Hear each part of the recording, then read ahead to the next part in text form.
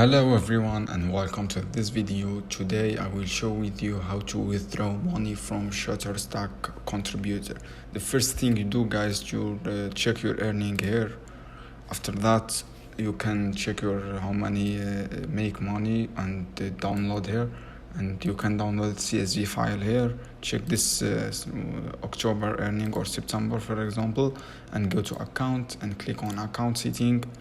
After that, scroll down, choose the payment method, for example PayPal. Click on PayPal and click your minimum withdrawal. If you, for example, make you want to withdraw $100, select $100 here and click save setting, and you will receive payment on the first month. This is how you can do, guys. I hope this video helpful for you. Then don't forget to subscribe and like and share this video for more content, and see you on other videos soon.